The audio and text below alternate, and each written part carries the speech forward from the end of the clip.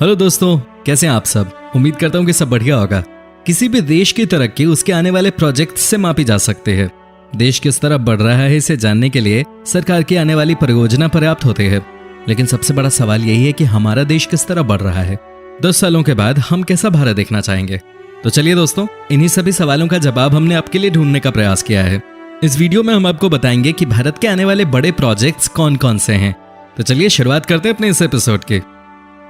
लेकिन वीडियो शुरू करने से पहले आप हमारे चैनल को सब्सक्राइब करके बेल आइकन को जरूर दबाएं।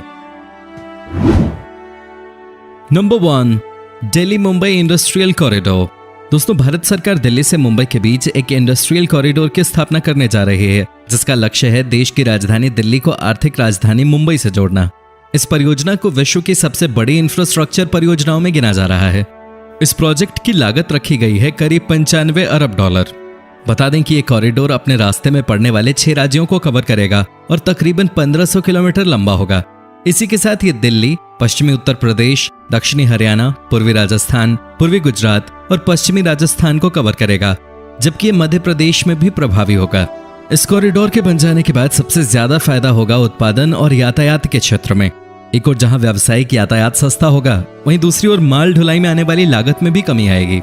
इस कॉरिडोर को प्रधानमंत्री नरेंद्र मोदी जी की महत्वाकांक्षी योजना स्टार्टअप इंडिया और मेक इन इंडिया से भी सीधा जोड़कर देखा जा रहा है।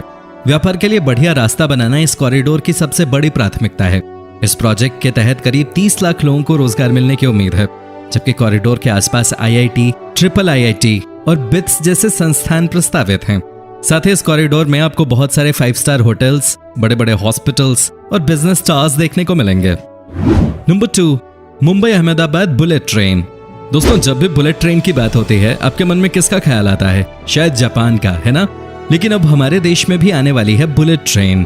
जी हाँ दोस्तों, भारत के प्राइम मिनिस्टर नरेंद्र मोदी जी का ये एक ड्रीम प्रोजेक्ट है। जब वो पहली बार 2014 में देश के प्राइम मिनिस्टर बने थे, तभी उन्होंने ये घोषणा की थी कि वो जल्द ही देश में बुलेट ट्रेन लेकर आएंगे। केंद्र सरकार ने यह तय किया है कि पूर्व निर्धारित 2023 की जगह बुलेट ट्रेन प्रोजेक्ट को 15 अगस्त 2022 तक पूरा कर दिया जाएगा। इस प्रोजेक्ट को जल्द से जल्द पूरा करने के लिए भारत और जापान दोनों ही मिलकर अपनी पूरी ताकत झोंक देंगे। भारत में बुलेट ट्रेन गुजरात के अहमदाबाद से महाराष्ट्र के मुंबई तक का सफर तय करेगी। मजेदार बात तो ये है कि ये बुलेट ट्रेन कुल 508 किलोमीटर के रास्ते को सिर्फ 2 घंटे में पूरा करेगी। बुलेट ट्रेन को हकीकत में तब्दील करना इतना आसान काम भी नहीं है। वजह है इसमें होने वाला भारी भरकम खर्च और लेटेस्ट टेक्नोलॉजी। अहमदाबाद और मुंबई के बीच बुलेट ट्रेन चलाने के लिए कुल लागत 1,08,000 करोड़ रुपए आने का अनुमान है। जापान सरकार इस परियोजना में न सिर्फ अपनी टेक्नोलॉजी भारत को दे रही है, बल्कि पैसों से भी भारत की मदद कर रही है। बुलेट ट्रेन का रूट डबल लाइन का बनाया जाएगा। 508 किलोमीटर की लंबाई वाला रूट महाराष्ट्र, गुजरात और दादरा नगर हवेली से होकर गुजरेगा।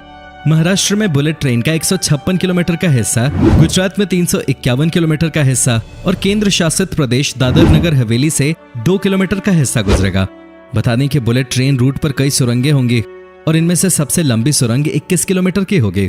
इसके अलावा हम आपको बता दें कि Ahmedabad Mumbai bullet train route का 7 किलोमीटर का हिस्सा थाने क्रिक में समंदर के नीचे से होकर गुजरेगा। जी हाँ दोस्तों, सही सुना आपने, समंदर के नीचे से गोली की स्पीड में बुलेट ट्रेन निकलेगी। हालांकि अभी भी बहुत दिक्कतें आ रही हैं इस प्रोजेक्ट में, लेकिन सब यही उम्मीद कर रहे हैं कि भारत और राज्य सरकारें मिलकर इस प्रोजेक्ट को पूरा कर लेंगी। Number 3, Sagarmala project. दोस्तों, भारत सरकार सागरमाला प्रोजेक्ट की मदद से बंदरगाहों के आसपास वाले एरिया को और बेहतर करने का प्रयास कर रही है। समंदर तक बाहर के देशों से सामान तो आ जाता है, लेकिन खराब इंफ्रास्ट्रक्चर की वजह से बंदरगाहों से सामान लेकर आसपास के मार्केट तक पहुंचाने में बहुत पैसा खर्च हो जाता है, जिसकी वजह से माल का दाम काफी बढ़ जाता है। इसी को कंट्रोल करने के लिए भारत सरकार ने सागरमाला परियोजना को मंजूरी दी है। साथ ही भारतीय बंदरगाहों के करंट स्टेटस को और भी बेहतर करने के लिए इस परियोजना के तहत भारत सरकार 8 लाख करोड़ खर्च करने जा रही है। इस प्रोजेक्ट के तहत देश के प्रमुख बंदरगाहों के साथ कम से कम 12 स्मार्ट सिटीज को जोड़ा जाएगा। दोस्तों, इस प्रोजेक्ट की वजह से डायरेक्टली या इनडायरेक्टली देश में करीब 1 करोड़ लोगों को रोजगार मिलेगा। Number 4, twin tower trade centre Guwahati. दोस्तों, भारत के सबसे तेजी से बढ़ने वाले शहरों में से एक गुवाहाटी में बहुत जल्द ही आपको 2 बड़ी बड़ी बिल्डिंग्स दिखने वाली हैं, जिसे ट्विन टावर ट्रेड सेंटर के नाम से जाना जाएगा। इस प्रोजेक्ट के लिए सरकार ने राज्य सरकार को 1950 करोड़ रुपए का फंड दिया है। इसमें 4000 कारों की क्षमता वाले convention centre, hotel, shopping complex, service apartment, आवासीय क्षेत्र, संग्रहालय, सिनेमा हॉल, बेसमेंट पार्किंग आदि होगी। साथ ही अगर आपको बिजनेस को बढ़ाना है तो यहाँ पर आपको सारी सुविधाएं मिल जाएंगी। नॉर्थ ईस्ट के लोगों के लिए इस प्रोजेक्ट की अहमियत बहुत ज्यादा है। इस टावर के बनने के बाद यहाँ के लोकल लोगों के लिए बाकी के राज्यों के साथ व्यापार करना आसान हो जाएगा। खुशी की बात यह है कि प्रोजेक्ट पर काम शुरू हो चुका है। नंबर 5, इंडिया फर्स्ट ई हाईवे। दोस्तों, अब तक तो आपने भारत में सिर्फ इलेक्ट्रिक ट्रेन देखे होंगे, लेकिन अब समय आ गया है अपने ट्रांसपोर्ट को और ज्यादा अपडेट करने का। जी हाँ दोस्तों, इसी को देखते हुए इंडियन गवर्नमेंट ने देश में पहली बार इलेक्ट्रिक रोड हाईवे बनाने का प्रोजेक्ट पास कर दिया है। आपको बता दूं कि ये ई हाईवे देश की राजधानी दिल्ली से मुंबई के बीच बनेगा। हालांकि minister for road transport and highways mister Nitin Gadkari ने यह बात साफ कर दी कि पहले 10 किलोमीटर का एक सैंपल हाईवे तैयार किया जाएगा। दोस्तों, आपके मन में यह सवाल उठ सकता है कि आखिर ई हाईवे का मतलब क्या है। दोस्तों, ई हाईवे के तहत रोड के ऊपर इलेक्ट्रॉनिक वायर लगाए जाएंगे और साथ ही ट्रक और बस के ऊपर एक एंटीना लगा होगा, जिसकी मदद से ये बड़ी गाड़ियां इस बेहतरीन हाईवे पर तेज रफ्तार से दौड़ते हुए नजर आएंगे। दोस्तों, ई हाईवे की सबसे बड़ी खासियत यह है कि यहाँ चाहे जितनी भी गाड़ियां क्यों न चलें, पोल्यूशन नहीं हो सकता। वैसे भी जहर से हम सबको बचना है। Number 6, Chardham highway. दोस्तों, उत्तराखंड को देवभूमि कहा जाता है। यहाँ हर साल लाखों टूरिस्ट यहाँ के शानदार नजारों का लुत्फ उठाने और साथ साथ देवी देवताओं का दर्शन करने के लिए आते हैं। लेकिन ये सिर्फ और सिर्फ गर्मी के मौसम में ही संभव हो पाता है। इसलिए भारत सरकार ने लोगों की भावनाओं को देखते हुए एक ऐसा हाईवे बनाने का फैसला किया है जो कि उत्तराखंड में मौजूद चारों धाम को एक दूसरे से कनेक्ट करेगा। परियोजना के अंतर्गत कम से कम 10 से 15 मीटर चौड़े 2 लेन वाले राष्ट्रीय राजमार्ग बनाए जाएंगे। इस परियोजना के अंतर्गत कुल 900 किलोमीटर की सड़कों का निर्माण होगा। बता दें, इस ड्रीम प्रोजेक्ट के तहत बद्रीनाथ, केदारनाथ, चंपावत, पिथौरागढ़, गंगोत्री और यमुनोत्री सभी को कनेक्ट कर दिया जाएगा। मतलब ये कि अगर आप एक बार उत्तराखंड गए तो सब दर्शन कर सकेंगे। Number 7, hyperloop transportation. जी हाँ दोस्तों, सही सुना आपने। इंडिया में अब जल्द ही हाइपरलूप ट्रांसपोर्टेशन का भी मजा लिया जा सकेगा। लेकिन सबसे पहले आपके लिए ये जानना जरूरी है कि हाइपरलूप ट्रांसपोर्टेशन कहते किसे हैं। ये एक नए तरीके का ट्रांसपोर्टेशन है जिसमें स्टील के रॉड को गुफे की तरह बनाया जाता है, जिसके अंदर एक कैप्सूल की शेप वाली ट्रेन हाई स्पीड में चलती है। ये न सिर्फ टाइम सेविंग है बल्कि पैसे के मामले में भी काफी सस्ता है। क्या आप यकीन कर सकते हैं कि ये ट्रेन इंडिया में बहुत जल्द आपको देखने वाली है। बता दें कि मुंबई से पुणे के बीच इस ट्रेन को चलाया जाएगा। सबसे इंपॉर्टेंट बात यह है कि आप इससे मुंबई से पुणे और पुणे से मुंबई सिर्फ 30 मिनट में पहुंच पाएंगे। जी हाँ, only in 30 minutes. Number 8, Shiv Smarak Mumbai. दोस्तों, वल्लभ भाई पटेल जी के स्टैच्यू की तरह ही अब मुंबई में छत्रपति शिवाजी महाराज का भी स्टैच्यू बनाया जा रहा है, जो कि अरब सागर में बन रहा है। इस स्टैच्यू की लंबाई होगी 212 मीटर।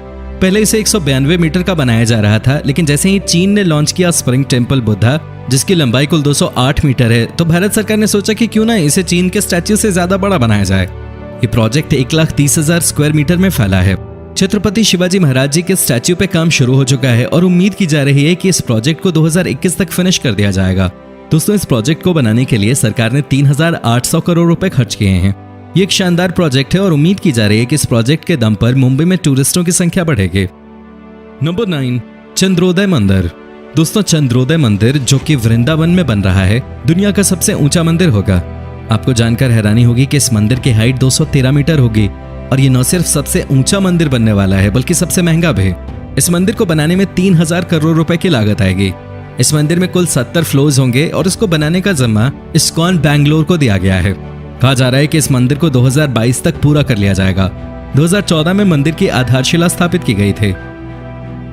Number 10, Zoji La tunnel.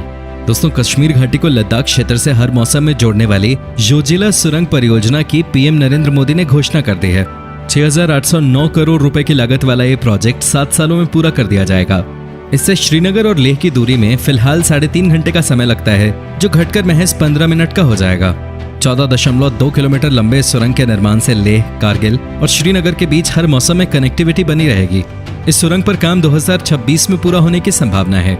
सड़क परिवहन मंत्री नितिन गडकरी के मुताबिक जोजिला टनल एशिया की सबसे लंबी 2 रास्तों की टनल होगी। ये सुरंग मौजूदा हाईवे के नीचे 400 मीटर दूरी तक गुजरेगी।